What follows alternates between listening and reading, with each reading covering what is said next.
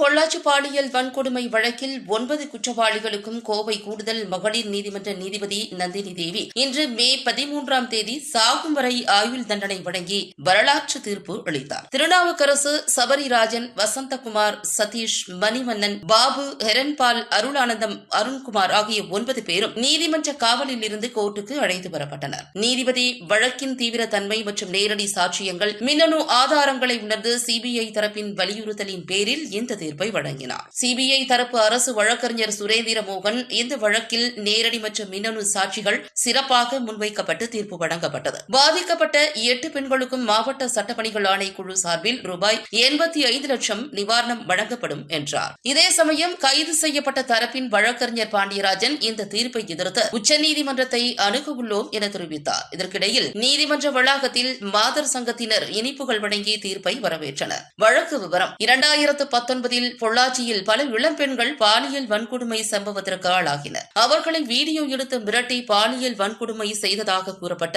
இந்த வழக்கு தமிழ்நாட்டையே உலுக்கியது. முதலில் பொள்ளாச்சி போலீசாரும் பின்னர் சிபிசிஐயும் விசாரித்தது. பின்னர் வழக்கு சிபிஐக்கு மாற்றப்பட்டு 9 பேருக்கும் 13 பிரிவுகளின் கீழ் வழக்கு பதிவு செய்யப்பட்டது. இதில் 50க்கும் மேற்பட்ட அரசு தரப்பு சாட்சிகள், 200 ஆவணங்கள், 40 மின்னணு ஆதாரங்கள் நீதிமன்றத்தில் சமர்ப்பிக்கப்பட்டன. அவர்கள் மீது வழங்கப்பட்ட ஆயுள் தண்டனை விவரம்: A1 சபரிராஜன் 4 ஆயுள், A2 திருநாவுக்கரசு 5 ஆயுள், A3 சதீஷ் 3 ஆயுள், A4 வசந்தகுமார் 2 ஆயுள், A5 மணிவண்ணன் 5 ஆயுள், A6 பாபு 1 ஆயுள், A7 ஹெரன்பால் 3 ஆயுள், A8 அருளானந்தம் 1 ஆயுள், A9 அருண்குமார் 1 ஆயுள். இந்த வழக்கு கடந்த 6 ஆண்டுகளாக நீடித்த நிலையில் இன்று இந்த தீர்ப்பு மூலம் ஒரு நீதி நிலை பெற்றது.